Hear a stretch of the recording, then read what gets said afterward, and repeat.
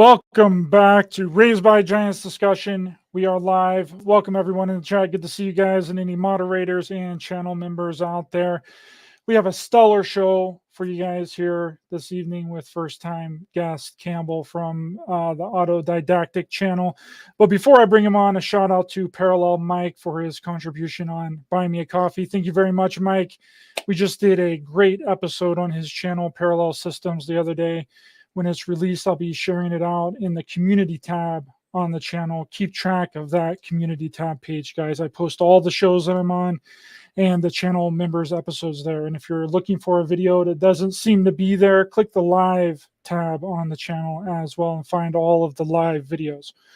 Also, remember that the show is a podcast as well, so you can subscribe on Spotify, Apple, and Google.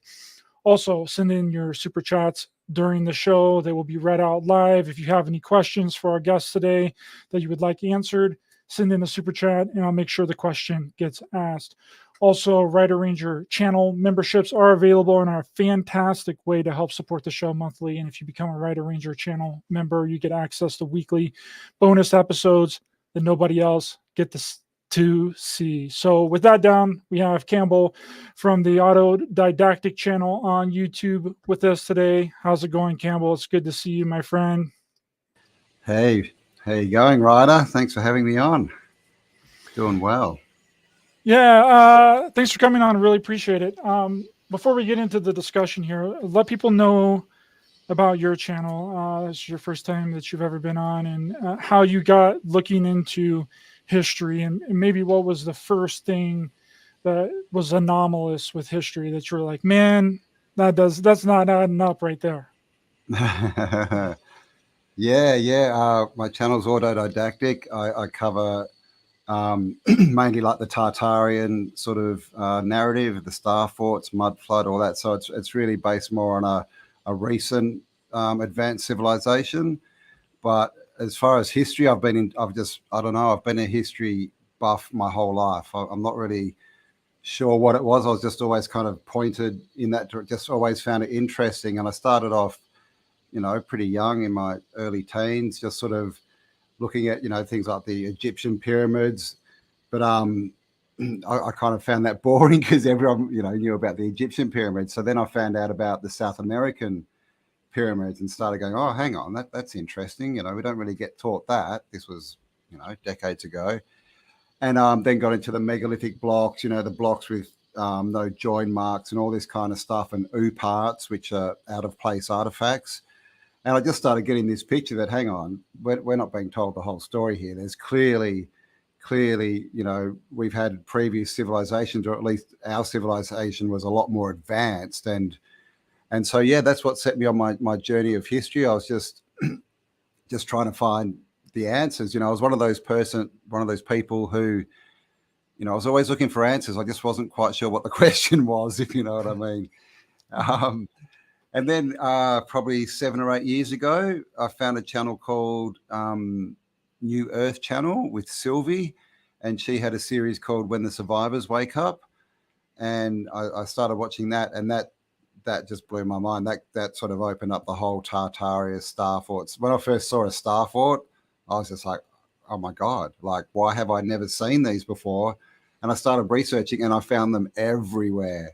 And that really just went, hang on, there's really some big deception going on here.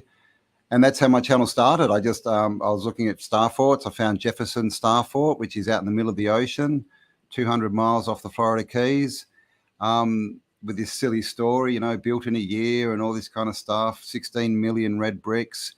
And I thought that's silly. So I made a video about it, and it just kind of took off, sort of from day dot. I was sort of a growing channel and didn't really know what was going on. I didn't really understand YouTube or any, really, I didn't even know how to record my face. I just had this recorder where I could record the screen, right?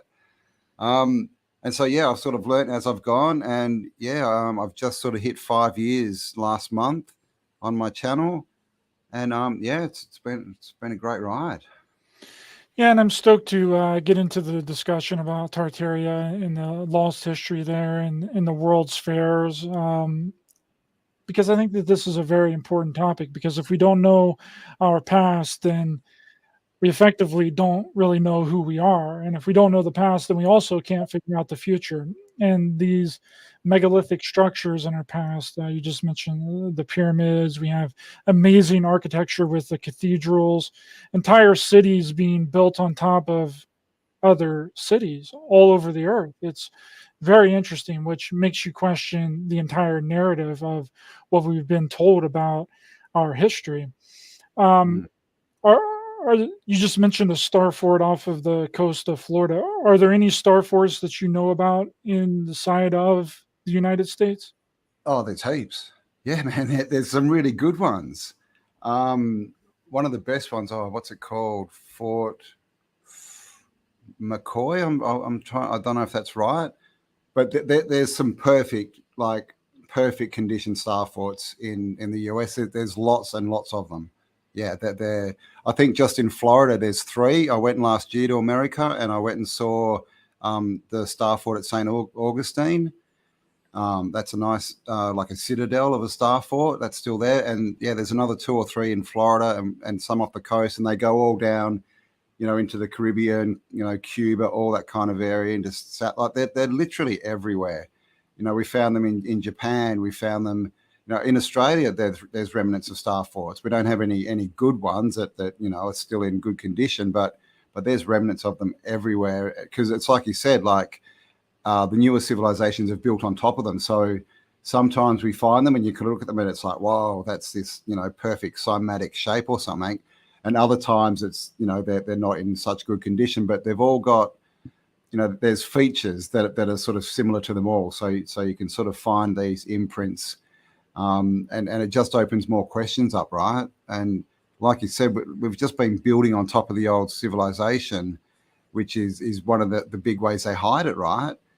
I'm sure we've all sort of seen at some point where they're going to demolish some nice old building, and we're like, that doesn't make sense at all. Why would you do that? But the truth is that they've done it so often that they're still doing it, and it's really just to rip down the old world, as far as I can work out, right? Because they can't explain it really.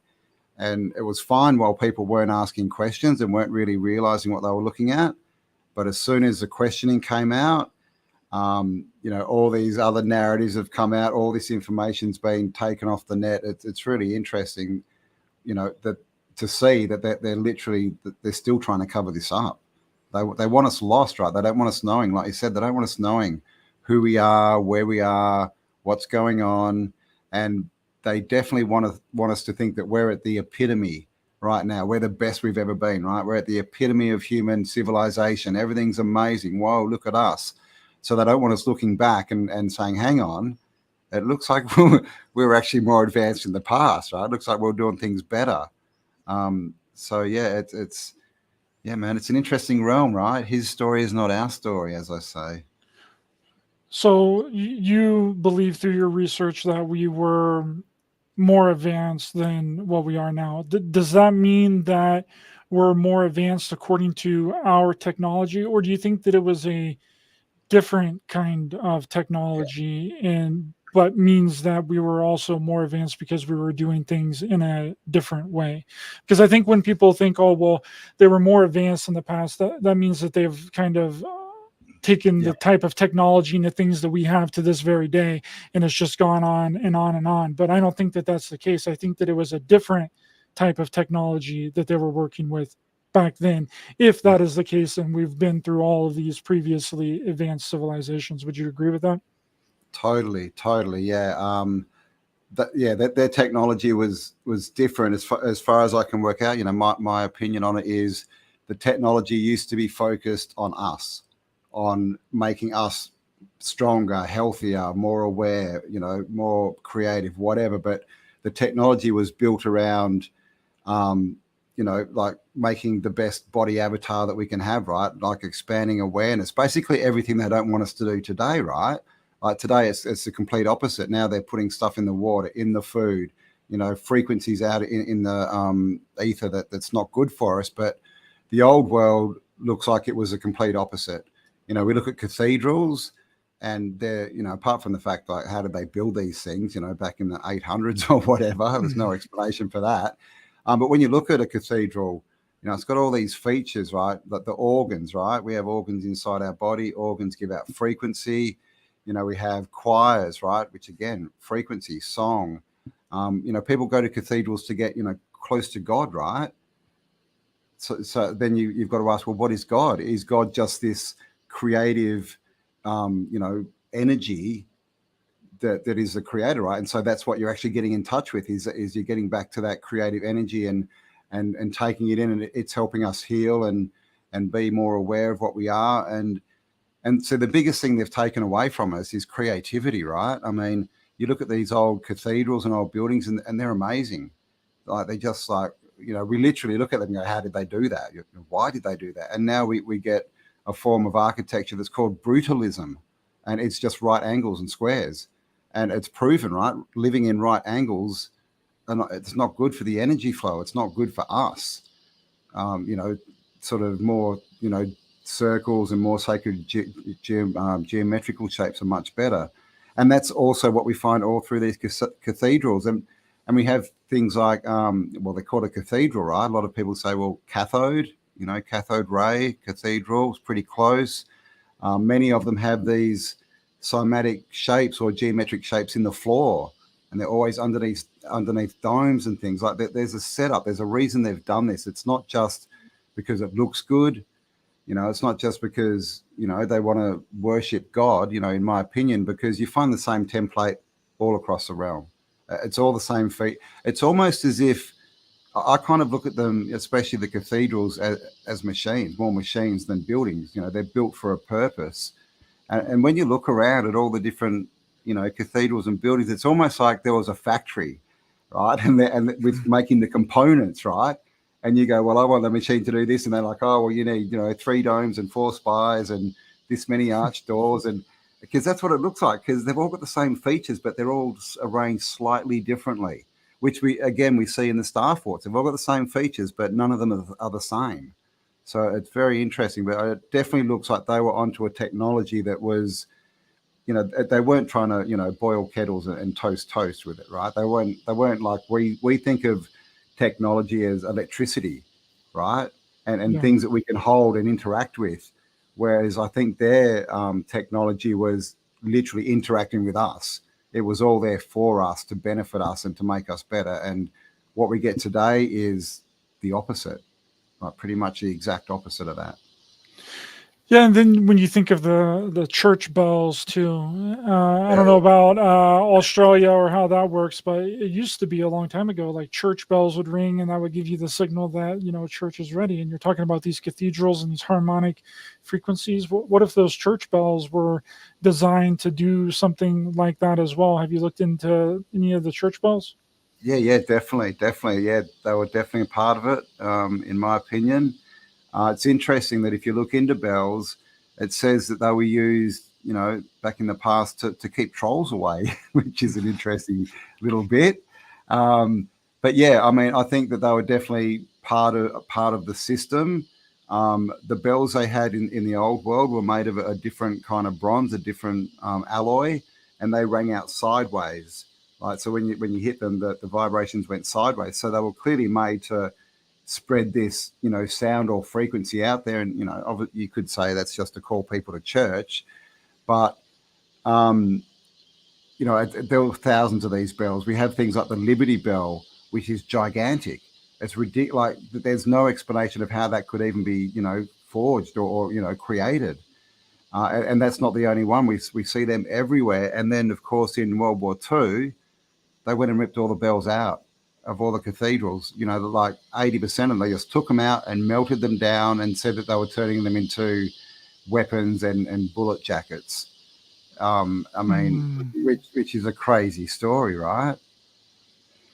And then you have the Glocke bell, which is supposedly the anti-gravity UFO craft that was being made in Germany during World War II as well. Yeah, I always thought that was interesting. Why did they take all the bells out of all the churches?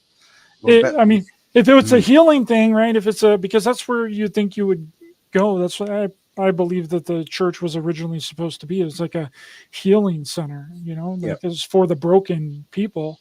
And now it's not that anymore. They don't have bells. They don't have the pianos anymore. They don't really play any of those instruments anymore. It's all digitized. It's all electric stuff. So it's like, what's going on here? It's interesting. It's very interesting. You know, there's so many little things to do with, you know, the church and church ceremonies and religion and all this kind of stuff, which we don't really understand and we've never been taught. And, you know, my big issue with religion is that we're not allowed to interpret it ourselves, right? You have to go to church and you have to let someone else stand up in front of you and tell you what these texts mean, right?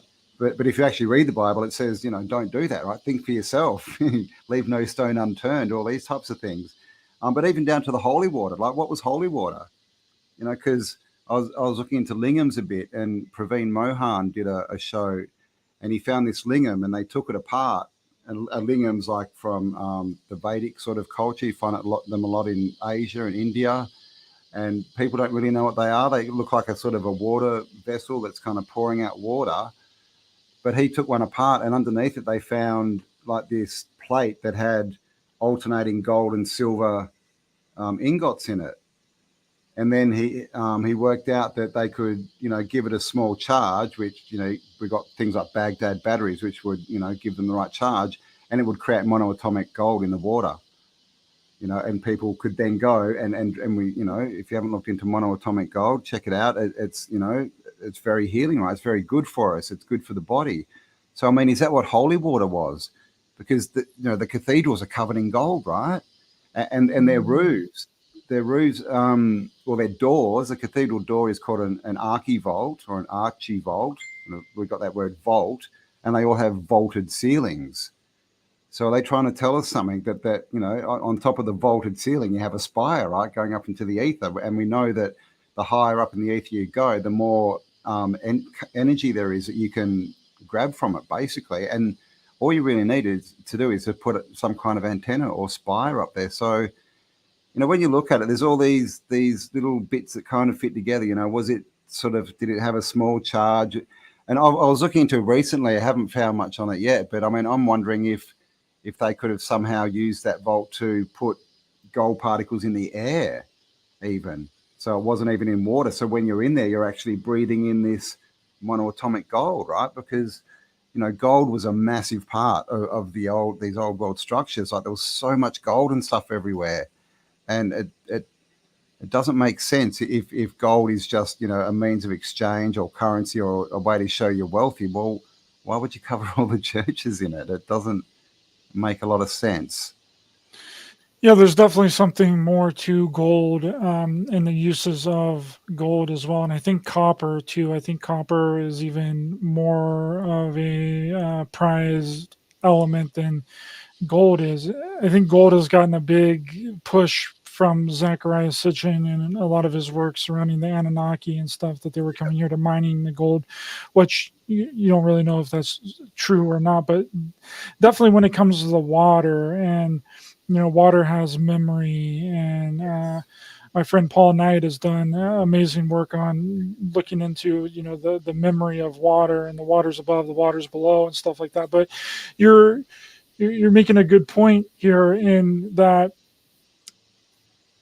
water is, well, I guess the gold thing is interesting, because I heard, this is just a theory from something that I heard a couple of years ago, but it's a theory that the earth is full of gold, right? That's where we mine gold out of the earth. But before we were doing mining, gold was everywhere, and gold would go around all the roots of the vegetables and stuff. So whenever you would plant your vegetables and you would eat that, you would be getting gold inside of the fruit.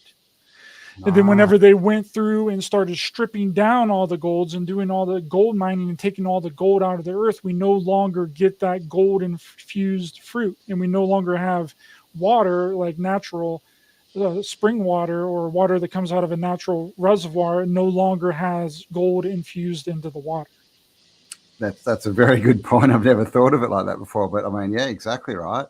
I mean, that's what they're doing with all the land. You know, they're taking out the rich minerals and they're replacing it with chemical fertilizer and stuff, right? And all their chemicals they use for mining and all this kind of, and that's really the big, you know, the big division between our civilization and the past one is it looks like one was built for us and we're in one that's built against us, right? Like the old one was to make us stronger, this one's to make us weaker. You know, the old one was about empowerment, this one's about being controlled. So, you know, we've definitely flipped what we're doing, and this may have to do with, you know, I believe we live in a cyclical realm. We have cycles. You know, history is definitely not linear. It's not a line. You know, when you start looking into it, that it just doesn't make sense that it's a line. And I believe in catastrophism, right? They used to teach catastrophism, you know, in education system, you know, sort of early 1900s and the 1800s. They used to teach that we had cyclical catastrophes and resets. And when you look around the realm, that's what you see. We've got all these ruined buildings and all these abandoned things, but they're all above ground. Well, most of them are not far underground, right? They might be a few meters, but we're told, you know, no, you know, land builds up over time. So that's why they find, you know, skeletons and that all underground, right? Because they've been buried. Well, so why are all these ruins and catastrophes above land, but they tell us they're 10,000 years old? Like their stories they're not congruent, right? Like, and it becomes really obvious when you just start looking. But this is it. The reason they've been able to keep it hidden for so long is no one was looking, you know. But now it's come out, and obviously we're in an interesting time in the human experience, and people are asking questions, and that's why I like Tartaria and this kind of history stuff, because you can show people pictures. You can say, go walk around your building. Oh, your building, go walk around your city, right? Go and check out these things. Go and see a star fort. Like, look at these things. And it's not scary, right? Like most rabbit holes, you know, the truther type rabbit holes, they're not very nice. You know, a lot of them are, you know, pretty bad. They're telling us all the bad stuff that's going on and how trapped we are and all this kind of stuff. But when you look at, you know, star forts and, you know, Tartaria, it's to me, it's the opposite. It's like, wow, we used to do this. We can do it again. We used to have this stuff sorted out. Let's get back there, right? It doesn't put you in this helpless sort of position. It puts you in a position of power. In you know, in my the way I think of it, it's an empowering way to sort of learn. But along the way, you still get the questions, which is what it's all about, right? Asking yourself different and better questions. And so, yeah, that's basically why I've, you know, sort of really like this topic and go down it, is it's very tangible. Yeah, Noble Truth brings up a good point here. Thanks for being a channel member, Noble Truth. Why were a lot of these star forts so fortified, right? Why are the walls built up so high? Are they trying to keep something out that we don't know about? I asked David Dubine about this as well, because he's traveling around and looking into a lot of the Tartaria stuff, and he's looking at the Palmanova star fort there, and Yeah. it's just interesting. What are your thoughts on why everything is so, why this fortification of a certain area or a certain place? I don't think they were fortified. I don't think they were ever forts. I don't think they were ever made for war. I think we're just looking at it wrong. We tend to look at everything from the perspective we've got, right? So even looking back at history, we can really only look at it, at least at the start, from where we are and compare it to our society and what we know, right? An interesting thing about these forts is many of them are called batteries, right? Batteries, right? And what do people do when they leave the fort and go out to war? They charge, right? So you've got a charged battery. So a lot of the you know, the knowledge is in the, they give it to us, right, in the words. They just don't you know, spell it out for us. And you know, as far as star forts, yeah, that we've got, you know, they call them bastion forts because they've got the pointy bits are called bastions, and they've got all these bits to them, and they tell us that they're angled like that to stop cannonballs hitting them, which is, to me, it's just silly, right? Like you just change the angle of the cannon and shoot somewhere else. You know, it's like the Fort Jefferson, right? The one out in the middle of the ocean, and it's sitting on just this little like coral key. It's just in the middle of the ocean, that was built, they say, in the Civil War for defense. Now, who they were defending against coming through the ocean, I don't know. But if you build a fort in the ocean and ships are coming in, wouldn't they just sail around it? Like it's got absolutely no point at all. Like there's, it's not like it's in a harbor or anything like that. So they love to tell us everything's for war, but I mean, is that true? Right? This is what we've got to ask ourselves. It's all a lie as far as I'm concerned. All spells, right? Spelling. First thing they teach us when we go to school is spelling, right? How to spell. So yeah, I don't believe that they were ever used for war. I believe that they were built, like they've all got water going around them. Like and that's essentially what a moat is, right? We were told castles had square moats around them, but it's these star forts that's a lot of the castles are the star forts, or the castles are attached, and the moats are these. They're not square; they're these waterways, and there's multiple ones of them. And when you look into water and how it works, and the work of people like Victor Schauberger, you'll learn that when water goes around points, it creates vortexes and things, and this is how we charge water, right? So water's a big part of the old world. Like they had canals going everywhere, and this is something else we found out. All these things that we call rivers, natural rivers. You start looking at them, half of them have got man-made banks. They're canals. They're man-made canals. They're not rivers, right? And the water goes into the star forts, maybe gets charged, goes back out to the drinking, because they used to have drinking fountains everywhere too, right? Like that you could all use. So I think that they were using them, and of course they're all made of like sandstone and things like this, right, which is full of crystals. So I think they were used as some kind of way to charge water. And if you look into cymatics, which is basically sound expressed as a geometrical shape, a lot of the star forts look very similar to it. You look into the work of Dr. Emoto where he was freezing water crystals.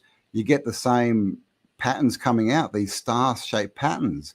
And if you've seen his work, he'll put the word or the intention good into water, and he'll get this nice star. And then he puts evil into it, and he just gets his gloopy stuff with no geometrical definition to it. And snowflakes as well are kind of the same as well, right? They're the same kind of shape. They've got the same similarities, and that's basically frozen water falling from the ether, right? So there's all these connections, with all the different shapes and the water. And I think that was that was how they were living. That was how it was built on. Their society was built to enhance us. But I also think that the star forts are very old. Like most of them, I think, are really old. Like a lot of them we find, we're only seeing the top layers, because a lot of them you'll just see the star, but then there's some out there and they'll go down 6 or 7 layers of these star shapes, like getting bigger and bigger. So, and then they're all covered in red brick buildings, which I think came later. So as far as I'm concerned, my view is we're looking at different civilizations with different levels of tech, who have all sort of built up and then crumbled, been built on top of, crumbled, been built on top of, crumbled. And we're out here in, the 5th or 6th sun, whatever it is, again, building on top of everything, right? Building on the shoulders of giants, right?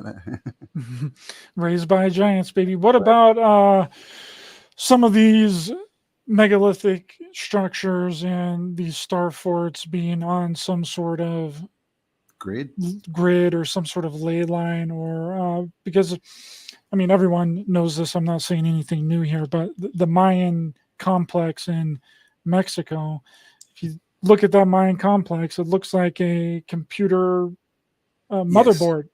Right. So then my thought, whenever I saw that like several years ago, but I thought, well, maybe that Mayan complex was like the energy point, or the energy source, and then that energy was being spread out to all of these different megalithic sites across the planet. And that's what, like, they're like energy generators, or like a fuel source, because it looks almost identical.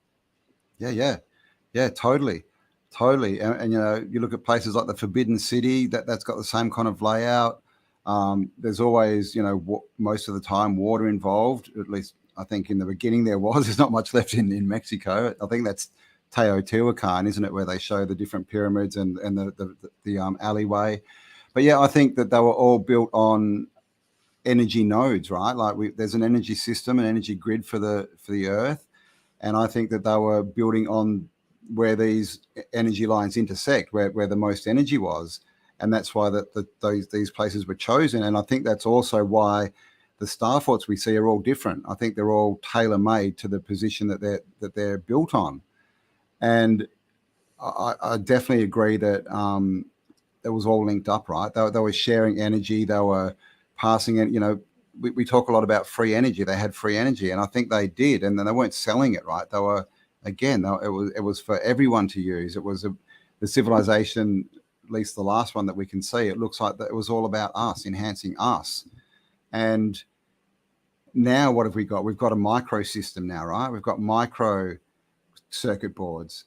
We have them in phones and things, right? These little enclosed circuits. But it looks like in the past, the circuit board was the Earth, right? Circuit board Earth, like the whole. So it was a macro. It was everything on a big scale, and that's why I say that I think a lot of these buildings weren't made for our use, right? They were machines of some kind, or components, whatever you want to call them, connected into this grid, and together they all worked out, right? They all joined up each other and sort of gave everyone what they needed. So yeah, I definitely agree that it was built on a circuit for sure. Well, we also have water underneath the Great Pyramid of Giza too. There's like a little lake under there.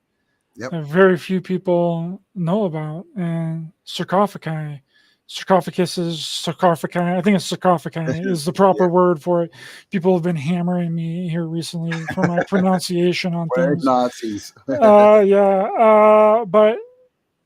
there's water underneath the Great Pyramid. There's like a little lake. Eric von Daniken was one of the first people that I listened to that discovered that and kind of brought that to the forefront of exploring ancient history and stuff. And I'm like, wow, there hasn't been water in Egypt in what some say thousands of years. That's another thing we could talk about. I've got several maps that show Africa green and full of cities like 500 years ago. So maps are another thing, right? The maps are, if you look into maps, and really our maps only go back about 500 years, maybe 600, but they get the early ones are very, they don't look like they were made by cartographers, right? They're very simplistic. But some of the ones from the 1700s are very, very detailed, and they all seem to show a world with no ice at the Arctic, no ice at the Antarctic, and a lot more green, right? A lot less deserts. And we've all heard the story, of the woolly mammoths they found frozen up in Russia, but it had tropical plants in its mouth. The thing about history that I sort of really got onto early is they love to push it back, right? They love to push history back. This happened 10,000 years ago. This happened 100,000 years ago. It's all so far back in the past, right? And there's a few reasons I think they do that. One is, the main one is it gives them a timeline they can create. It gives them more time that they can create stories about all this stuff, right? And it also disconnects us from those civilizations, right? Oh, they were so far away and blah, blah, blah. And then they can, bring out all their little theories about what happened and it was a different time. But I tend to think history is not as long as we've been told, and especially this time that we're in. Like, again, I think we're in a reset world. We live in cycles, and this cycle that we're in is I think probably maybe 5,000 years old, a bit more, and that's really, I think that's as far back as our knowledge can go, if it can go back that far, because they love to tell us. They know how these things were built 10,000 years ago, or they know how this thing happened 20,000 years ago. They don't know. It's all speculation. It's all opinion built on opinion. But they have these people called experts, right? And they put them up there. This person is an expert. So what does that mean? Well, that means you should believe what they say, right? And this is how they also control the narrative. You know, there's been a lot of archaeologists who have gone out and they have found anomalies, things that just do not fit, you know, the storyline, right?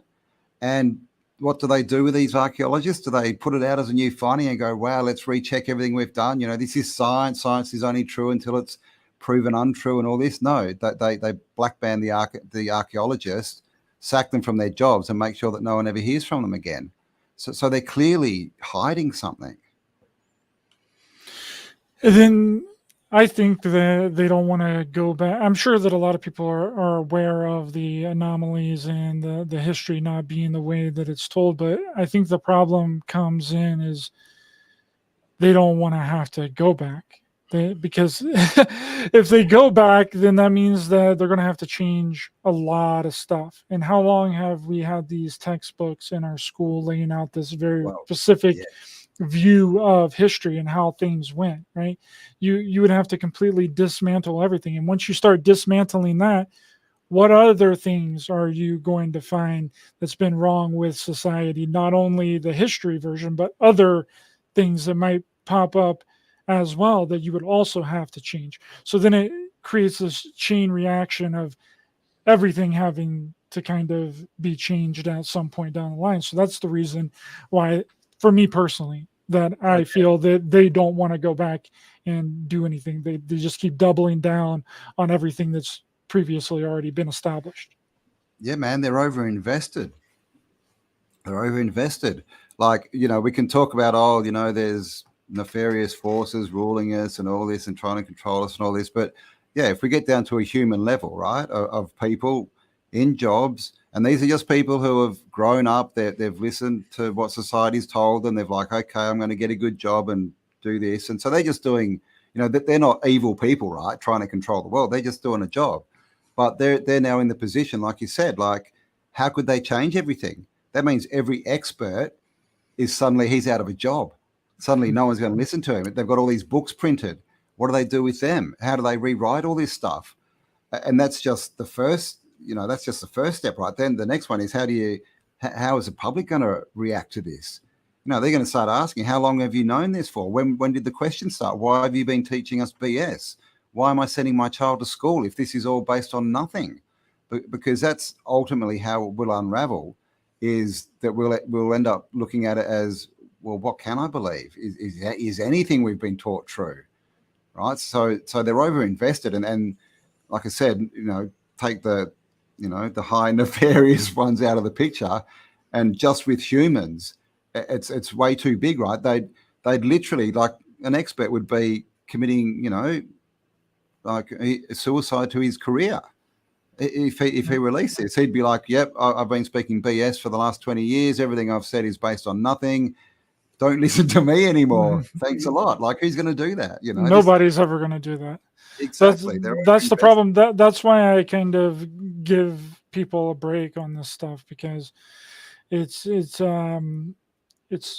way too much to, you know, go in and change. And I also kind of give them a break too on, they probably didn't know any of this stuff when they made these textbooks. Whenever they were doing this issue, they were just trying to compile something to be taught in these schools, and it just kind of took on a life of its own. And when something takes on a life of its own, it gets to a point that there's pretty much no changing it. It's just there for until if everything just comes down collapsing, and we can go through another whole reset, and then maybe we will get a better version of what's going on. But it's gone on for too long, and I really don't think that they looked into it enough to actually know everything that was happening during that time, and they were just working off of what they had. And whenever you're trying to cultivate and create a society, you know, that's really what you're going to do. You're not going to have the, you know, things evolve and things change, and we can get into a conversation about that too, and why things haven't changed. Why are we still using the same things that we've been using for decades now? You know, why are we still using the same types of refrigerators, the same types of cars? Why are we still using the same planes that we've been using since the Wright brothers and Kitty Hawk and that very first little plane that they were building? It's the same thing that we've been using for a really, really long time now. now. And I think that that's the scary part. And I think that that's where the control comes in. It's not that it's so much a nefarious control. It's that if things evolve and change at such a rapid rate, then they're no longer going to be able to change the outcome, right? So they want to hold everything back and only evolve and change things that they can actually control, like the internet, like phones, like technology, right? Yeah. That's why we've seen this huge boom of technology, is because they can control the technology, right? They have their thumb on the technology and they can track you, they can see everything that you're doing. You know, that's why other things hasn't changed, because they're afraid if it evolves and changes, then they're not going to be able to control it. Yeah. Hence the, Elon Musk Neuralink, right? Put it in your brain, let them really control you. But this is the thing, like, even just on a human level, if this all came out on a wide scale, this knowledge, it could literally collapse society as we know it. Like it really could, because people would be like, well, what can I trust? What is real? Like, why am I going to work 40 hours a week doing all this stuff if everything I believe is true is false? It just raises way too many questions. And then when you look into technology, right? Like we all know, obviously most people know about Tesla. When he died, all his papers were taken. There's Stanley Meyer with the water car. Was driving back in the early 80s, driving around running on water. He went out to dinner one day, stood up, said, "Oh my God, I think I've been poisoned," and fell over dead. And this story repeats itself over and over and over and over. Like when all these new technologies that are free, that are, like that will basically free us, right? And give us free technology and make our lives better. And really what it is take away money from corporations, right? Stop us depending on them. This technology is not allowed out. It's like you said, it's got to be controllable. We had electric cars, proper, just electric, no fuel, just electric cars back in the early 1900s. There's pictures of them. There's pictures of the charging stations, people charging their cars. And now what's the big thing? 120 years later, electric cars, right? So we couldn't have the one. But it's controlled now. But exactly, now it's controlled, right? Yeah. Like there's a lot of stories coming out, of Teslas driving by themselves, of Teslas being stopped and all this kind of stuff. And ultimately, if you've got an electric car, and by the way, they did like 2-3 times the distance on a charge back then, that's freedom, right? Like you're not paying for fuel, you're not doing all this stuff. If the electricity is free, being generated for free and given for free, well, people can go wherever they want. So you give them a Tesla, put a chip in it, and then if they go too far, you just turn the car off, right? I mean, they just keep it until they can control it and monetize it, and then they give it to us. They give us back the tech, but at a lot less of value. And also, I think you have to have a phone to work at Tesla. I think. I'm not too sure. I've only rode in a Tesla a couple of times, but I think you have to have a phone. I think that's how you unlock the car and turn the car on, is through an app on your phone. Don't quote me on that. Not 100% sure. I'd have to look it up. But it's interesting you bring up these electric cars, because wasn't the electric cars connected with some of the world's fairs in the United States, or am I wrong? I think there was an electric car released, or at least shown at one of the fairs. I can't remember which one, but I do have some kind of memory floating around in there. But the World's Fairs, yeah, they released a lot of things at the World's Fairs. Like introduced, should I say, and this is what they look at. This is what these fairs look like. They look like they were remnants of the old world. Like these were the cities that they found still intact, right? So it looks like they've found them, they've cleaned them up, and they've run these fairs, which were just a way of introducing the new population, and we can get into that if you want, to the new paradigm, right? To how they're going to live, like to the point where some of these fairs, they had like little cards that you'd go around and you'd for the kids, right? And answer these questions. Where does this person come from? What's this society? Blah. What's this? And it was just programming, right? It was a Programming. passport. I believe that was a passport. Yeah. The Passport. World's Fair passport. Yeah. World's Fair passport, right? And so, a lot of food was introduced, like oats. All the cereals were introduced. All these names like Kellogg's and that, they all came from the World's Fairs. A lot of, like I said, that the technology we're given these days came from the World's Fairs. And so that's what they look like. They tell us all these World's Fairs, and these things covered acres. In one of them, there was one building, and under the roof was like 30 acres. One building. Like, we can't even really conceive of that today. Like, these things were immense. And the story is they were all built within 1 to 3 years. Most of them built within a year. And they tell us that they were just made of wood and stucco, right? They're just a bit of plaster. They weren't real. It was just really like a movie set. But the problem is a lot of these buildings are still standing, and they are solid, solid stone. So yeah, they've used these to reintroduce the population to the new paradigm, and then they destroy the cities.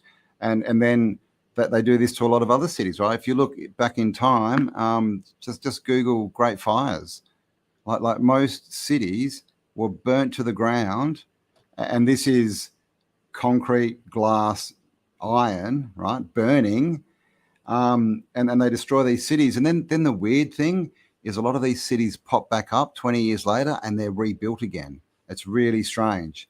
So Yeah, there's all that was the case with the Chicago World's Fair in 1893. Chicago burnt down in 1871, and then the Chicago World's Fair was to bring back Chicago, the rebuilding of Chicago, and which is highly interesting. Now there is some discrepancies with the Chicago Fair.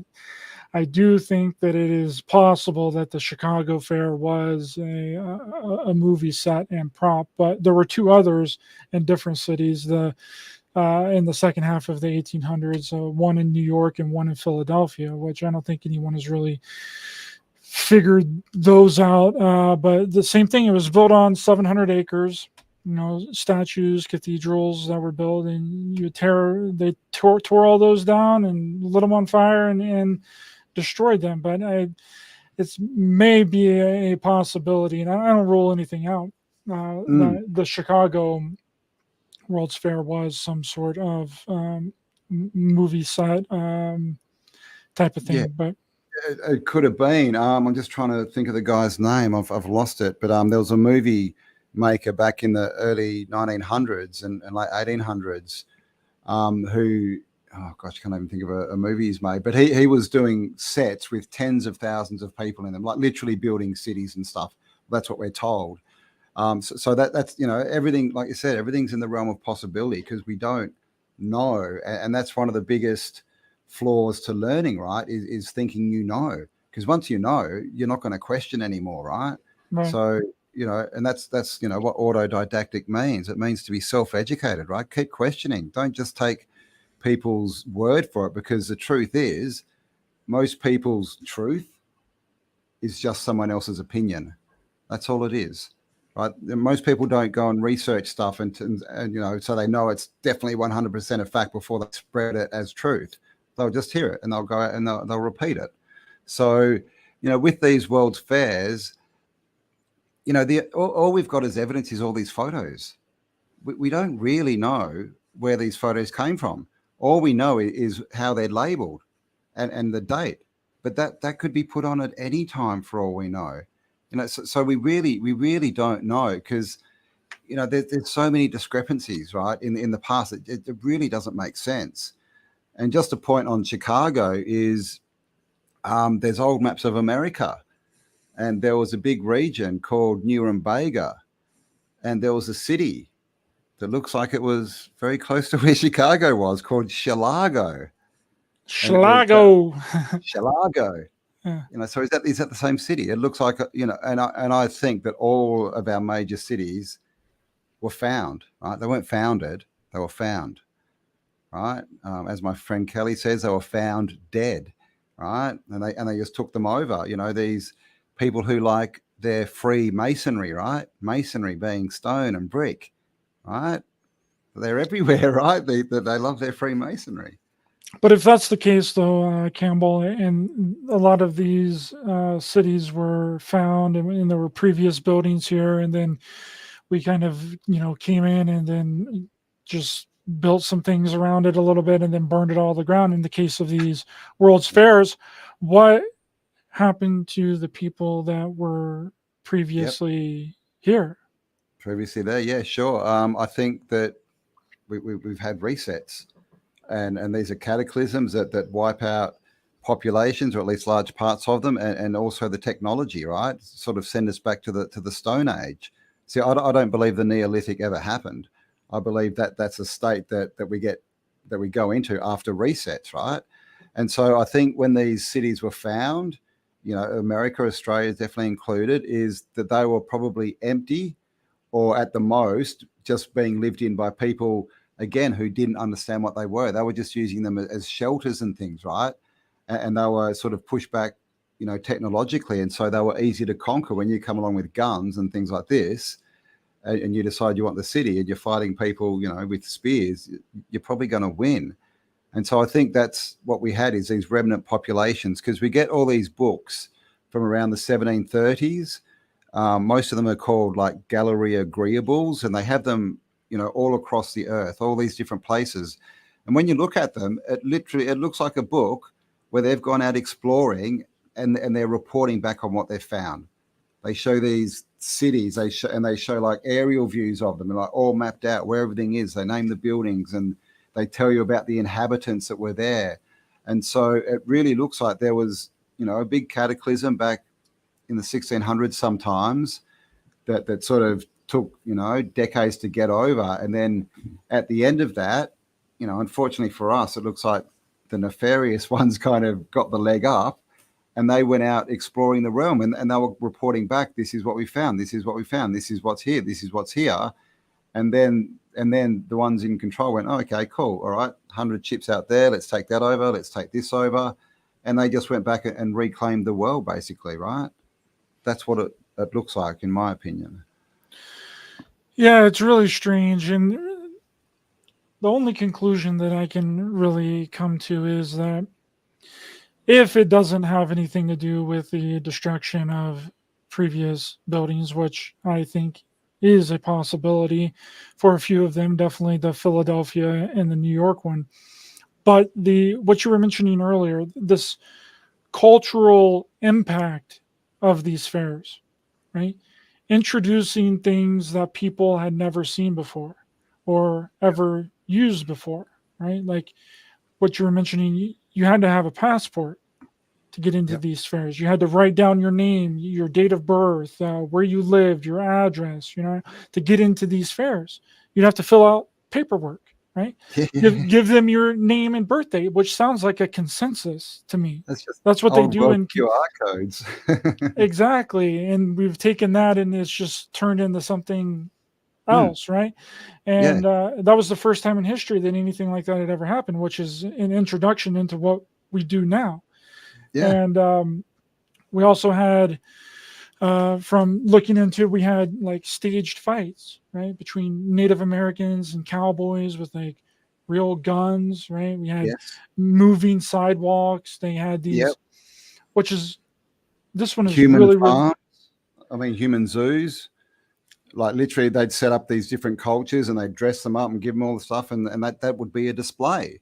But why is that? That's so that it's to indoctrinate people. Oh, this is what people from here look like. This is what people from here look like. So, yeah, it's interesting. And just as a side point, all of these World's Fairs, all of them, like check out the statues, check out all the iconography and all the facading on the buildings. Like America, right? A brand new land, trying to find its way and establish its itself as a country or whatever. They're going to build a fair and cover it in what looks like Venetian iconography, or at least Greek. It's got nothing to do with America at all. You don't see anything. And that's very strange. And then you see that same, pattern repeated in, Australia and Europe and all these different places. because again, World's Fairs happened everywhere. We had them in Australia. We had 4 or 5 in Australia. They were throughout Europe. I think France had something like 5 in like 20 years. It's really weird. Yeah, and we were also told from the ones in the United States that they transported 50 million people in a train, in trains and in rail trains to these World's Fair, right? Yep. But the country only had like 100 million people at that time. So you're telling me that half the United States population are at these World's Fairs? Yeah. Like, where are they staying at? Well, this is the thing. Where are all the toilets? Where are all the toilets, Ryder? Really? Like millions of people? Where are all the toilets? They should be everywhere. Where's all the food? And like I said, where's all the accommodation? And that's not even to mention the transport. And we know that back in the day, transport, because they tell us people came from, Europe and stuff. That's like a 3 or 6 month bloody ship journey back in the 1800s, right? And you're telling me all those people made it? All those people that were traveling from Europe made it? Yeah, with their best clothes, with their fineries, right? It doesn't make a lot of sense. No catastrophe happened when all those people were trying to get to the United States from Europe. Nothing happened. They all just magically made it. Catastrophes only happen on boats when you've got all the world's bankers on them, didn't you know? Yep. Titanic, baby.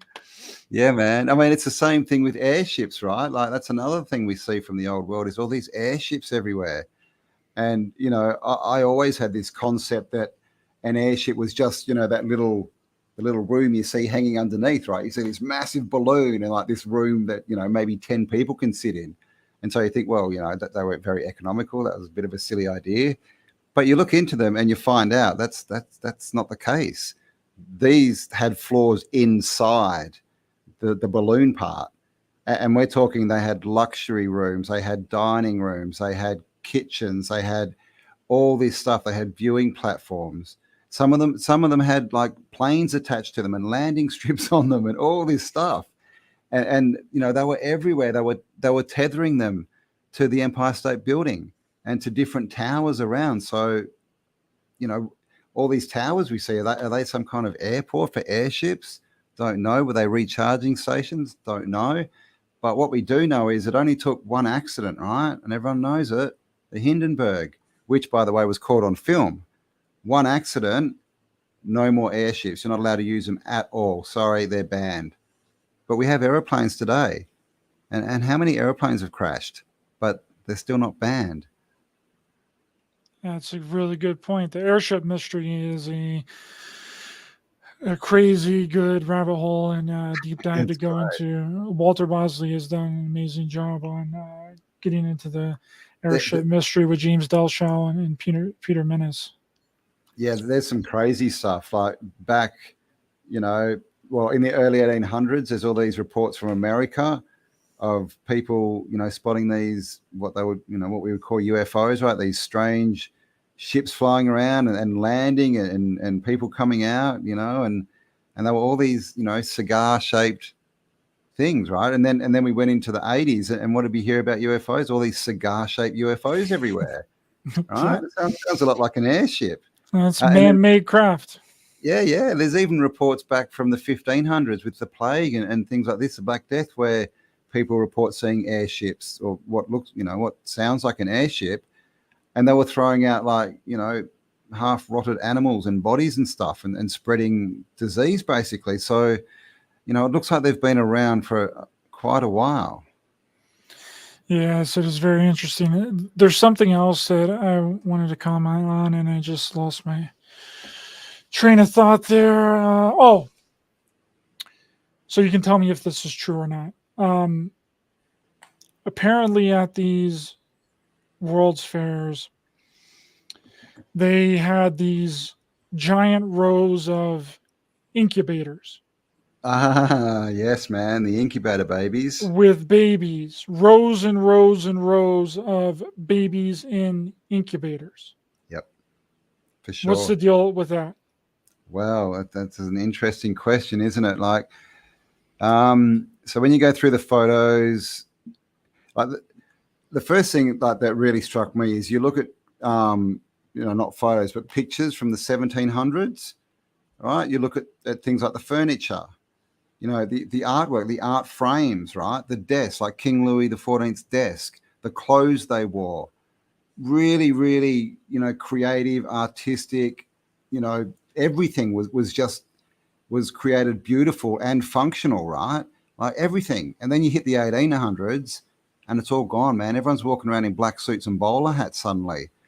And when you look through the photos of cities, you get all these photos of cities, there's people there, and then suddenly there's this, around the 1840s, 50s, all the cities are empty. You just get all these photos of these empty cities, like huge built out cities, and there's just no one in the pictures. And then, as it goes forward into the 70s and so, suddenly all these cities are full again, right? So it looks like there was a population that disappeared and was reintroduced, right? That's what it looks like. And of course, then we have the orphan trains where, and we all know about orphans, right? Like all the books from the 1800s are all about orphans, like Tom Sawyer and Huckleberry Finn and Orphan Annie, all these things, Oliver Twist, they're all orphans, right? All of them. It's crazy. And then the orphan trains, which they admit they were sending orphans all around the place. So one question is, where do all these orphans come from? Right? What the hell? And then suddenly they're reintroduced. So yeah, at the World's Fair, we have these things called baby incubators, and they were sold as an attraction, like, which is another really weird part. It was literally like, come in and see what a baby's like. How could people not know what a baby was like? It was like they were being reintroduced. This is a baby. So if that's true, well, where did these people, where did they come from? How do they not know what a baby is? And so it looks like that was part of the reintroduction, right? They were, I don't know, getting these babies from somewhere, right? They were charging people to see them, and then people could, adopt them and take them home. So it's very, very weird. And then we come to, the 2020s, and the same thing's happening. I don't know if you've seen them, but they've got these, what do we call them? Like, uteruses, these non-human uteruses, these little, basically baby cribs, right? That you can raise a baby in. And now they're talking about, women, you don't even have to carry your baby. Just chuck it in here, right? Why go through birth when you can raise it in an incubator?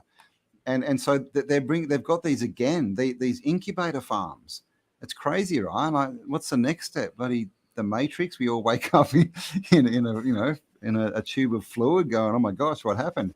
But that's that's why it looks like there was a population, for whatever reason, it was taken out or decimated, and then it was reintroduced. And as it was reintroduced, the culture, that it would live in was reintroduced with that. It was given a narrative. And the narrative was definitely not based on, this is where you came from, this is, blah, blah, blah, blah. This is the truth. It was all on programming people to be controllable. And we look at the first towns and things that were set up, and we have this phenomenon called factory towns, where they were literally building these big towns, almost cities, and it was just basically a factory and then accommodation for all the workers and whatever they needed. And they were even paid in money that they could only spend in their little factory town, right? So they could never leave, right? But they thought they were being paid. And so it looks like we're just being introduced into this system of, you've got to work your whole life for money kind of thing. So yeah, there's just so many anomalies, but when you put them all together, there is a timeline there. It's just not congruent. That was the strangest thing that I ran across, was these babies in these incubators. And then I'm thinking, well, if you're familiar with the Sumerian kings list, so the cuneiform tablets, right? And how it talks about how kingship was basically lowered down into heaven. Then you think, oh, well, what family member is going to let their baby just be out in the open in an incubator for all these people to go through and see? So that gets me thinking, like, what if, like, it's like like the reset isn't so much as like destroying our past or getting rid of history? What if it's like just a new race of human? Wow. Yes, we do have, what do we have? 23 chromosomes, but two of them are joined, right? And then everything that they say that we, evolved from, all the hominids have 24 sets. So, it looks like there's been some genetic alteration going on at some point, and that's also a story that goes back into antiquity, right? With Enki and Enlil and all these other stories and creating humans and blah, blah, blah. And it looks like if we look at our genetic makeup, it looks like there are markers in there. And then we also have the giants, right? Like a lot of these old buildings are very big. They're oversized. The doors comes up a lot, these massive doors. And sometimes the door handles are 10 foot high. Like as a human, you can't even reach the door handle. So why would anyone do that? What's the point unless they were bigger? So, it's definitely a topic of speculation is, have we been reduced in size somehow? Have we been manipulated with? And, that could be through intervention, or it could be just, something that's to do with, the atmosphere that we're living in, right? And the conditions in the fifth world that I think we're in the fifth sun, as far as I can work out. And which is interesting because when you look at history too, we seem to have about 5 civilizations, right? We have, people talk about the Titans, like the gigantic, and you might have heard, people talking about mountains that look like beings, right? Look like fallen Titans.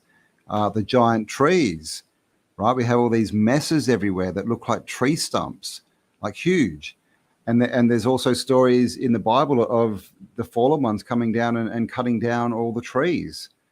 So that might be the first, sort of incarnation that was huge. And then we get down to the megalithic, blocks, the huge ones, the 100-ton blocks and all these kind of stuff was another sort of period. And then we step down into the star forts, which is smaller again. And then after that, we get the red brick, coming and being built on top of that. And then now we're in the fifth sun where we're smaller again.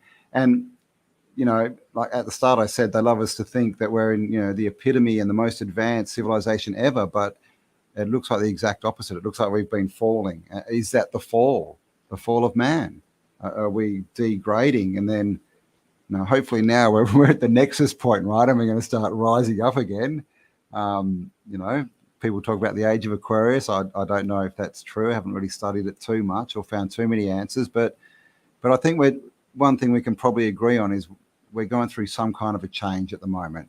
And whether that be something that's imposed on us from our environment or just awakening of consciousness, I'm not sure. But I think we're close to some change because there's just too many questions being asked. They can't hold this charade together much longer. Unless they completely wipe it, and then they create a new human to replace what we already are, and then I think that's a very valid theory. Obviously, it's a theory and it's a speculation. Yeah. But if you create a new human, then you would effectively be erasing everything that came before because you're something new. And then it gets into, well, if you wipe the internet, it's what me and Lorenzo and you were talking about on his show. Like if you wipe the internet, then it's like we didn't even exist. It's like it's just over. And then if you create a new human, then they're not going to know anything about the past. And then it just gets redone again. Yeah. Yeah. And our civilization would be gone in 50 years. Like the way that we build, nothing's built to last. It would all just collapse. And the interesting thing is we were talking about this in 2019, right? We were getting onto resets and, oh my God, is there cyclical resets and reset. And then what happened? Mr. Schwab came out and starts talking about a reset. And we're like, oh my God, here we go. They're literally telling us we're in a reset. So it's not a far-flung idea at all. They are telling us it's a reset. We want to change everything. We want you guys to live differently. We want more control. Here we go. Let's march into it. Yeah.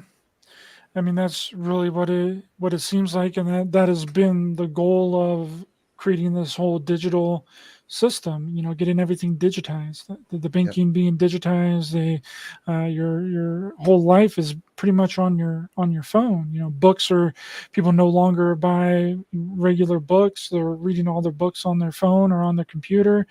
It just makes things easier for, if something happens, for it all to just be gone. I mean, Google has already came out and said that they're no longer backing up the entire internet.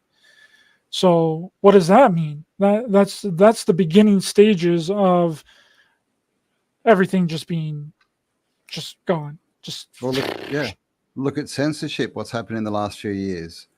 I think that's getting better, though. It's going to start getting better because there's been a lot of things that's been developing, and I don't think that they can hold back on that for too much longer. Like, they're going to have to let people come out and talk about things because they're going to start losing too much money. Joe Rogan just signed that big deal, that $2.5 million deal, and now he's going to be back on YouTube. He's going to be on Apple Podcasts. So if they continue down that road, there's no way that they can do it, because if Joe's talking about all this stuff over here, then why can't other people talk about almost identically the same thing? So I think that we're going to start to see a change in that when it comes to YouTube and some of these other platforms. Yeah, and I mean, that could be, one scenario, in our favor could be that they use these systems as well, so they can't let them go down. Because obviously, if they go down, those who wish to rule us, all their stuff goes as well, right? Unless they've got some intranet that they're on. But I mean, that won't keep them their money or anything, right? It won't mean anything like that. But the opposite side of that is they've spent the last 100 years getting us, well, since 33, I guess, the last 90 whatever years, getting us to swap fake valueless money, paper, for actual resources, for land, for control. We all think this money thing, or at least we used to think it was real and it had value, but they knew it didn't. They took that out in 33. And so we're all like, yeah, give me some of that, fake baseless money, that paper you've got, and I'll give you something real. So while we've been, thinking we're getting rich and wealthy and storing all this stuff in a digital bank that can be wiped, they've been buying up all the assets.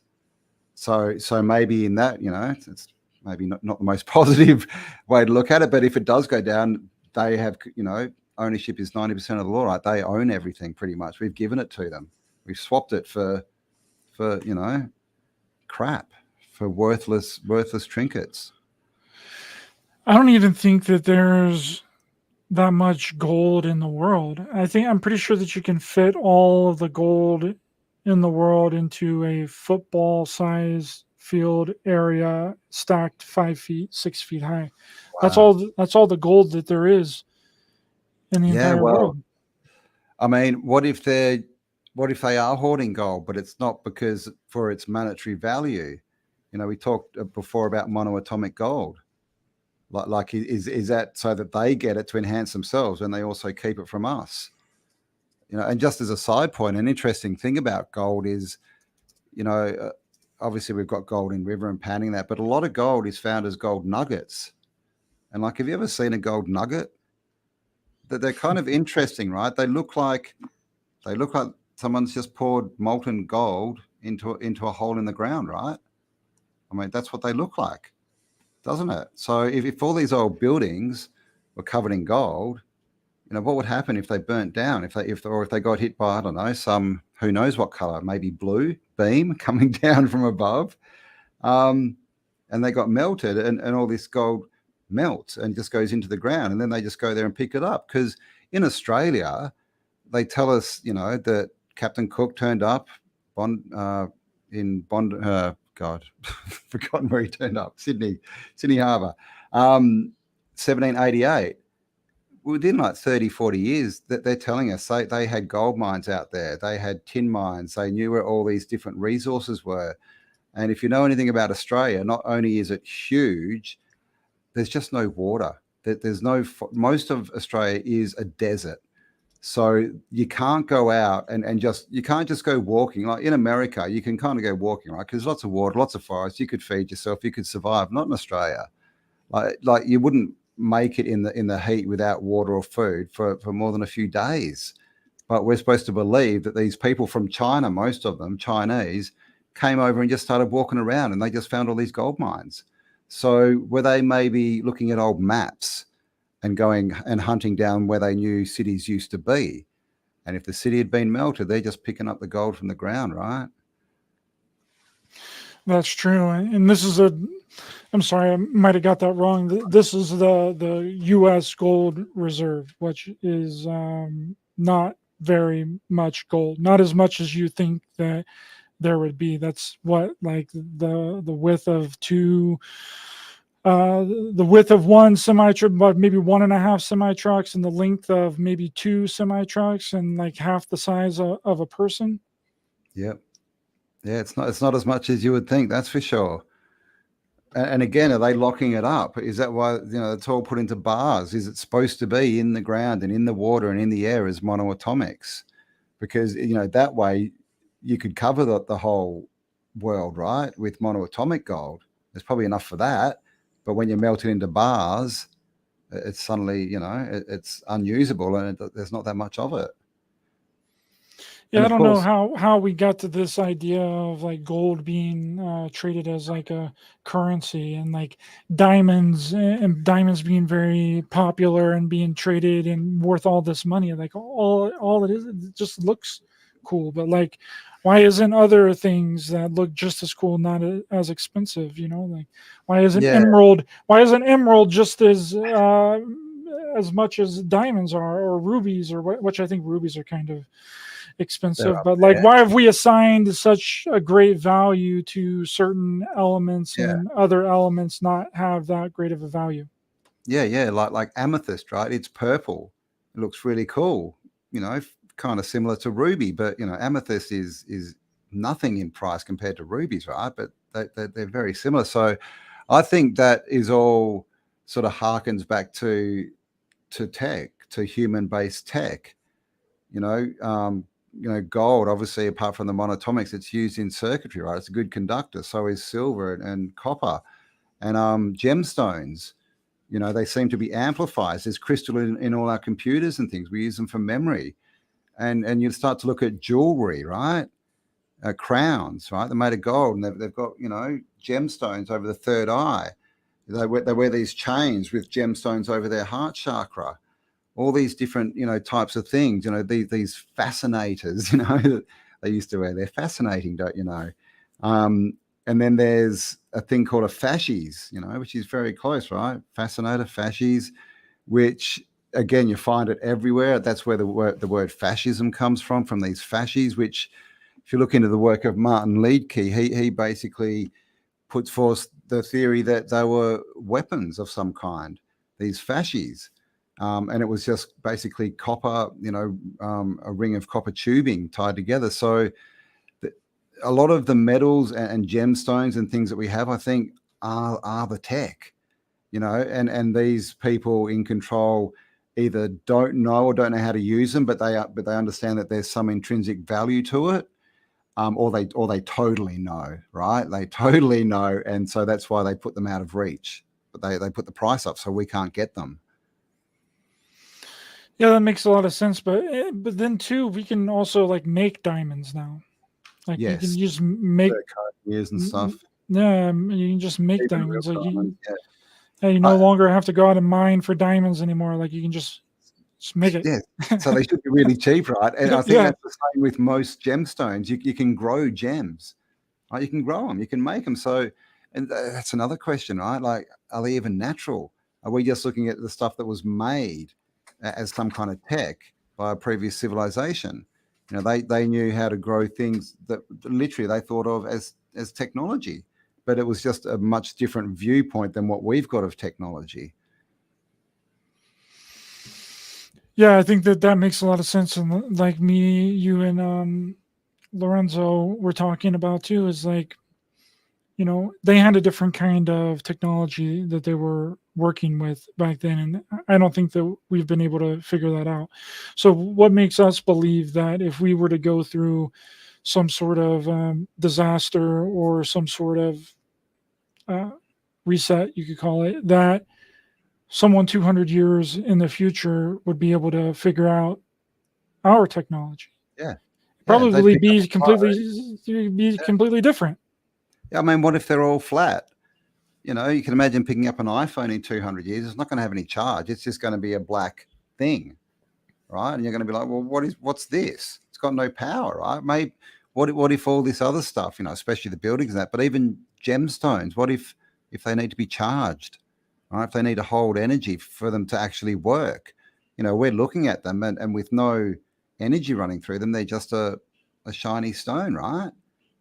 So we don't really know what we're looking at, because, like I said before, everything we look at in the past, we look through the eyes of the present, right? We look through what we know.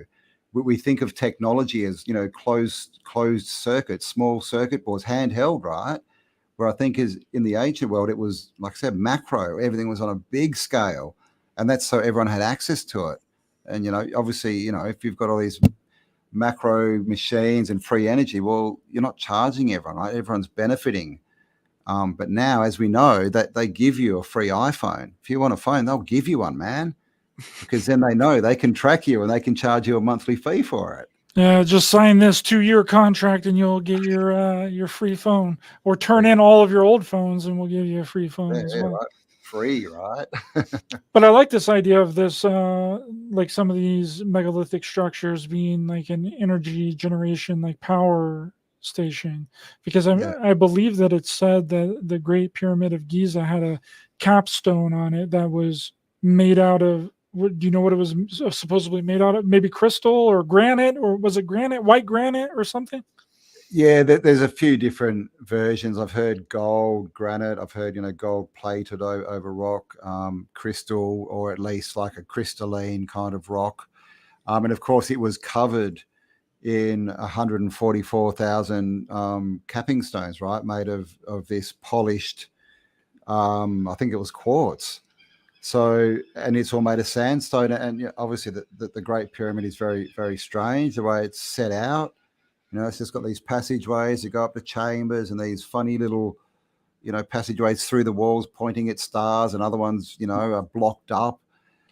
It looks like a machine, right? If we look at it differently, I mean, obviously we've been told it's a tomb, but if you look into that story, there's not much to back it up. We've never ever found a mummy in any pyramid ever. Never been found. The Great Pyramid that was built for Akhenaten, is that right? No. The Great Pyramid is, I've lost that. Is it Thutmose? No, Cheops. Sorry, Cheops. Sorry, brain fart. And he was pharaoh for 20 years, so that's why they had to put the 20-year build time on the Great Pyramid, because, you know, obviously they can't say, oh, we started building it before this pharaoh, and, you know, we just, you know, hoped he would become pharaoh. They've got to put it there because he was only pharaoh for 20 years, which is lucky, right? Because they finished it just in time.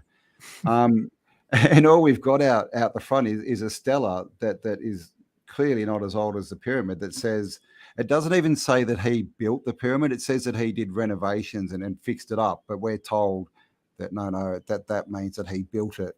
And then we've got the problem of moving blocks, you know, all these, you know, these things. And they've tried it, you know, and a lot of people still argue this point, oh, we can move 10-ton blocks, we can move 100-ton blocks. We can't. They've tried it. There's pictures of trucks that have snapped in half. The trailers are snapped in half because they've put like a 20-ton block on there. One guy, I think it was from Japan, they went out and they built an Egyptian boat, like a replica to the boats that they think were around in Egypt at the time of the pyramids being built. And they tried to float a block the size of a pyramid block down the Nile. The boat sunk instantly. So they tell us, oh no, and then of course, you know, we've got the million slaves rolling it on logs or whatever across the desert. And just crazy stories, right? Even if they could do that, how'd they get up the slope? And then of course, there would have to be more stone, more material in the platforms made to roll the blocks up than in the actual pyramid itself. You know, so there's all these, you know, like history. It's to the point that you don't need to do much looking. You just need to poke around a bit, and it suddenly just becomes this dumb story. You're like, how did I ever believe that? It just doesn't make any sense at all. So my point of view of how do they do it, I think it was all poured, right? That's why they say that the rock definitely came from this quarry. Sure, it came from that quarry, but it didn't come in 100-ton blocks. It came in sacks of sand, right? And then it was turned into a geopolymer and poured. And that's why we have all these walls like in Cuzco and thing where, the famous line, you can't fit a human hair between the crack. Well, why is that? It's because it's been poured. So it molds completely. The top block molds to the second. We've all seen these crazy angles and stuff. And how did they do that? And some rocks have even got like bits that look like they've been pushed in, right, or held up. How do you do that to rock that's solid? So I think that's a big part of the story is that they were pouring all of these megalithic structures, as far as I can work out. But if they're pouring them at the same time, then how did they move them in the place? You would have to have the pouring really close by to the area where you were making the structure. Yeah. So they'd just be, and geopolymer is basically just, you have your aggregate, which might be, marble or something that's crushed up into dust. You have calcium carbonate, which is crushed up seashells or shells. A few other basic, there's 3 or 4 ingredients that aren't that hard to find, and you just mix it up. And then they could literally be carrying it up in buckets and pouring it into throwing them into a mold, right? When the mold's finished, they let it set, they build another one on top, and off they go again. To me, that seems a lot more feasible than them somehow transporting these blocks as blocks. Some of the biggest ones and even some of the granite inside the Great Pyramid, like they got 50-ton blocks of granite, like that are set in a certain position. Even if you can get them there, how are they maneuvering them and stuff? It just doesn't make sense. A lot of people think giants built them, because of the size of the blocks. That doesn't really make a lot of sense to me. It doesn't solve any problems for me. But yeah, so that's what it looks like, right? And inside some of these blocks, you find, whole shells, and I think they've found bones and things of animals and leaves. Like, how does that get inside a naturally formed solid block that they've cut out of a quarry? Also, too, like along those lines of thoughts, maybe they chopped up some of the block and then infused it back together closer to where they were building the structure. Could be a possibility. Who knows? Could be, yeah. Like, I'm not saying that I know this for sure. Clearly I don't, because I wasn't there when they were making it. But there's stories from South America of these birds, and they get this sap from a certain tree, and because these birds live in cliffs and like in holes in the cliff, and they get this sap and they put it on stone and it softens it, and then they peck it out. So that there's all where they, like you said, just getting the maybe smaller bricks or whatever and softening them and jamming them together. Like we just don't know. But I think what's fairly provable is the story we've been given is virtually impossible, right? That it's never been proven. It's not based on anything. And the biggest thing, like I said, to roll them, which is the mainstream narrative, right? They were rolling them across the desert on logs. You would need more material to build the ramps to get up to the top of the pyramid than you would need for the pyramid itself. Yeah, that's one of the running theories, is the pyramid ramp, which is just ridiculous to me. Oh, stupid. You'd have to have so much time and energy and effort to not only build that ramp, but to keep building it all the way to the top. Yeah, and they don't put that into the story, right? 20 years to build the pyramid. Great. How long did it take you to build the ramp? And then disassemble it, right? And get rid of all the materials. How long did that take? They don't mention that. Yeah, you were right. It's the name is Khufu. Khufu was the Khufu? but Khufu, but the Greek word is completely stuffed. Cheops. You were right. Good. Yeah, you were right. But then what's interesting too is you mentioned that none of the pharaohs or none of the people had ever been found inside of any of the pyramids. They were all buried on the Valley of the Kings. Yeah, but then that comes in the question, like, what were those sarcophagi underneath Well, the that's a Great good Pyramid? question. Who were those used for? Because it was said that whenever it was first discovered by like normal everyday people, researchers, they went down there and they asked the Egyptologists. They were like, what's going on here? Were there? And they said that there were no bodies in any of them when they found them. No, So no. You know, yeah, we think we're sort of taught they're coffins, right? And again, I don't know if this is true, but I've heard that the Ark of the Covenant fits inside the sarcophagus in the king's chamber of the Great Pyramid, right? And the Ark of the Covenant was, of course, stolen by Moses and taken across the desert, and the kings chased him and all this. That's why he split the Red Sea and ran away. So it's obviously something valuable, right? Like why would you steal that? We're told, of course, it's because it's God and all this kind of stuff. But what if that was the battery, some kind of battery for that pyramid, right? What if when they took it, they turned it off? And that's why the Pharaoh sent his armies to chase them and to try and get it back.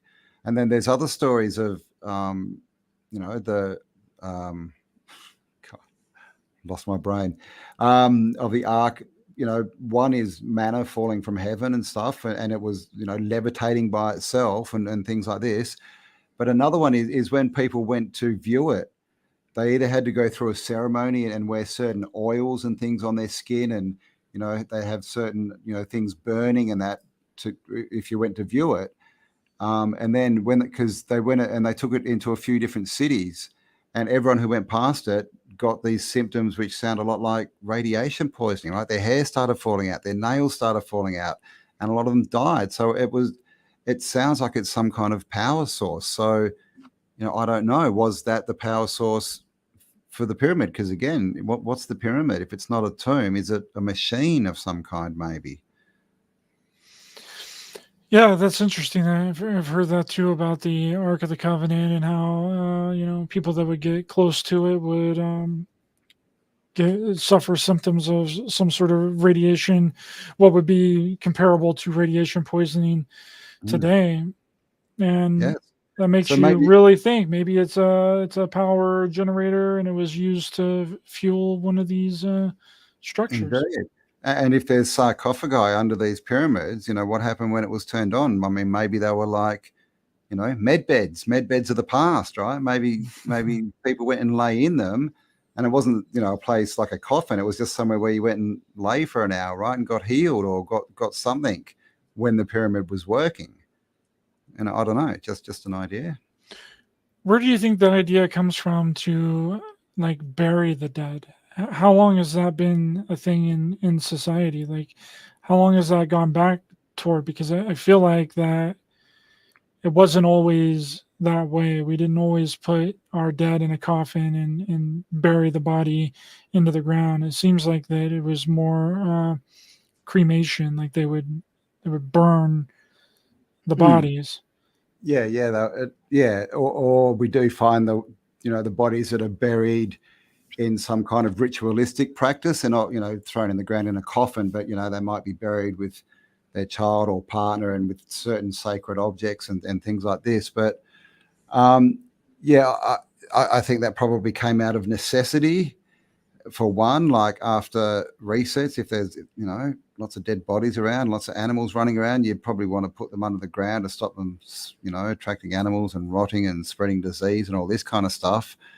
Of course, they like to push, things like the vampire narrative, right? It's just to put people under the ground and make sure they can't dig their way out. Which, by the way, they've unearthed coffins and found scratch marks on the inside and that. So some people did get buried alive. Unfortunately, that's what a wake is, right?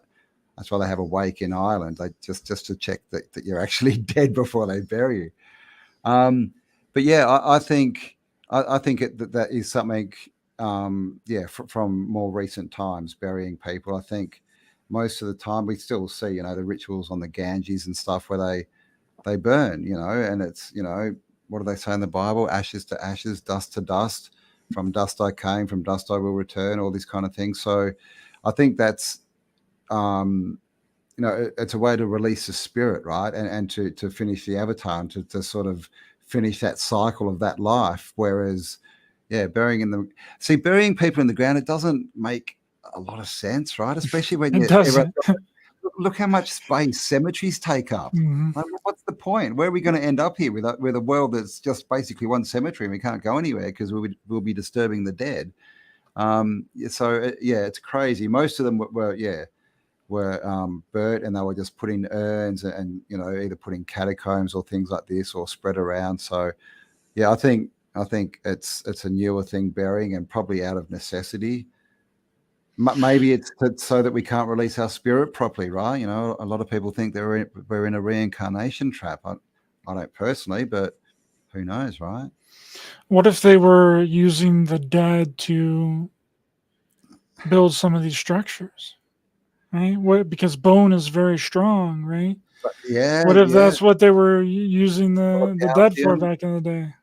Yeah, it's full of calcium. We got the stories of the Great Wall of China, which isn't the Great Wall of China, by the way. They were throwing dead bodies in there. We've got stories that they were mixing blood to put in bricks and things to make them stronger. And like I said, of course, bones are full of calcium, right? Which is a binder, basically. I mean, like all the catacombs under France and all these places are very strange too, where they basically just take all these skeletons and they're not laid as, they just make iron out of it. They just randomly put the bones everywhere, right? And that's supposed to be like respectful to the dead. Like, that doesn't make sense. So I don't know. Was that a repository to, we need a few more bricks. Go grab me a rib cage, man. Let's punch that thing up, right? Yeah, who knows? I definitely wouldn't put it past, the nefarious ones down here. Monkey Experiment says, I believe when they dug up the Chinese emperor's tomb under pyramid, there were lakes of mercury. Mercury's another one.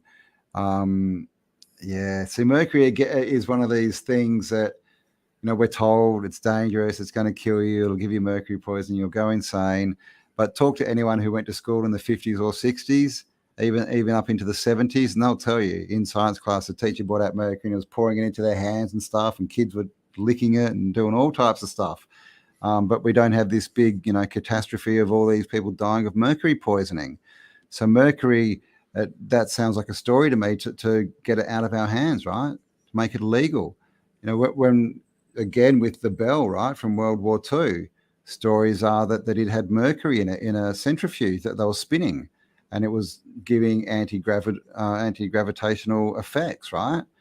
And so mercury is this weird substance that has all these, strange attributes. And have you seen the balls? There's these balls on the tops of, all these cathedrals and buildings, normally where the spires come out, they're sitting on top of a ball. And I've seen photos of one of those balls cracked open and it had mercury in it, right? So mercury it's a superconductor. There's even a video someone made from Russia, and they're literally sitting out in a field with this 1980s, big tube TV, and they're flicking around and they, can't get a signal. They've got the little rabbit ears. And then they get out this little tube that's got mercury in it, and they plug TV on one side and the aerial on the other side, and they get crystal clear TV from the US.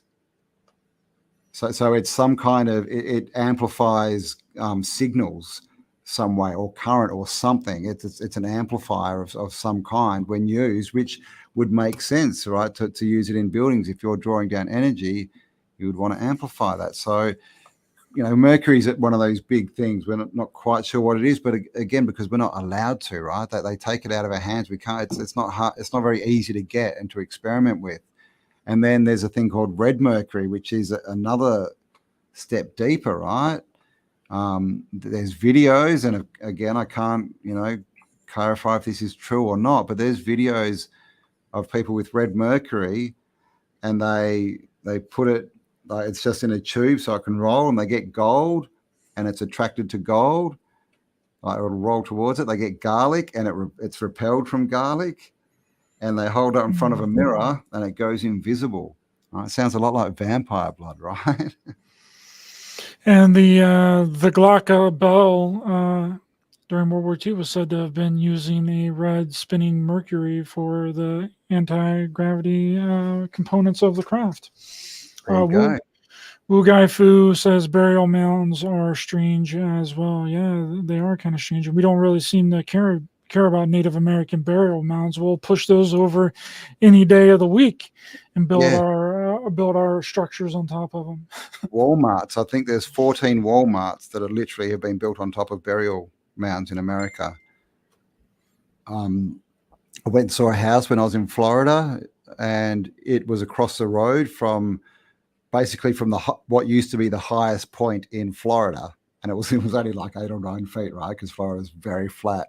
But even that, they went and they took the top off it, like for no reason. They just basically took most of the volume away and just left it there in like this middle of this street. So yeah, they love to destroy this stuff because, you know, back in the 1800s when they were digging into these mounds, they were finding giant skeletons. They were finding skeletons with double rows of teeth, all these weird things, right? So again, it's just to hide the history. Yeah, this is what I think World War II was, right? You know, we know all wars aren't what we're told, but you look at what happened in Europe in World War II, that they just went and destroyed all the cities. They just bombed the crap out of them and destroyed all the old world buildings. And then they get to rebuild it all with brutalistic architecture. You know, so when you put the whole picture together, it does look like there's a plan here and a narrative, and it's definitely not for, you know, it's not to make our lives better. Yeah, it's really not. And that seems to be the common thread through a lot of this. When a war happens, we just try and go in and destroy everything that we possibly can and use ancient architecture, ancient stones, ancient sites as like target practice for the military. We'll just be out there shooting, destroying them. You know, and then, you know, it gets into the Great Pyramid of Giza too. It's been stripped of its outside coating, and all the stuff inside of any kind of value has been stripped from it. It seems to be like a very common thing through history. And then, you know, we have so many mounds here in the United States. We got Serpent Mound. We got Moundsville in West Virginia, which I've been to. It's a beautiful mound. Like, it's very, very tall. You just like walk. They have like steps around it, and you can walk up to the top of it. It's beautiful. There's mounds everywhere, but they've just destroyed them. Yeah, they could also be pyramids, right? Like you look at the pyramids of South America when they found them, the photos, that they were just mounds. Like, you know, all these Teotihuacan and places like that. You know, you'll see the photo from 1900, and it's just a dirt hill, and they go in and they start digging in, and they uncover a complete pyramid underneath it. You know, so we just don't know, right? Like, the past is hidden, right? But it's hidden beneath our feet. Absolutely, I agree 100%. Well, thanks so much for coming on, Campbell. Really appreciate your time this evening. Can you let people know where to find you online? Yeah, sure. Just basically autodidactic. If you put that into YouTube or Instagram, any places like that, I'll pop up. So yeah, come along, give me a sub, check out my stuff. I'd appreciate it. Awesome. Thanks everyone here in the chat. Good to see you, Candace. Thanks for being a member. Jenna Banana, good to see you as well. Thanks for being a member. Noble Truth, good to see you. Nina and everybody else that is joining. Let's see who else is up here. Wu Gai Fu, thank you. Monkey Experiment, Val. Hippie Snake 29, good to see you. Thank you guys so much. Hope you guys really enjoyed the episode here tonight. And please be sure to hit the thumbs up button to help the channel in the algorithm. Share, subscribe, hit the bell icon as well for notifications, and sign up to be a Writer Ranger member and get those bonus episodes every week. And the link to Campbell's information is in the description of this video. And thank you guys so much. Hope you have a great rest of your weekend. Super Bowl tomorrow. I'll be watching. Trying to see all that. Yeah, see all that weird symbolism, because you know there's ritual. You know there's going to be some great symbolism for that. But I hope you guys have a great rest of your weekend, and we'll see you guys next week. Thanks for having me on. Thanks, everyone.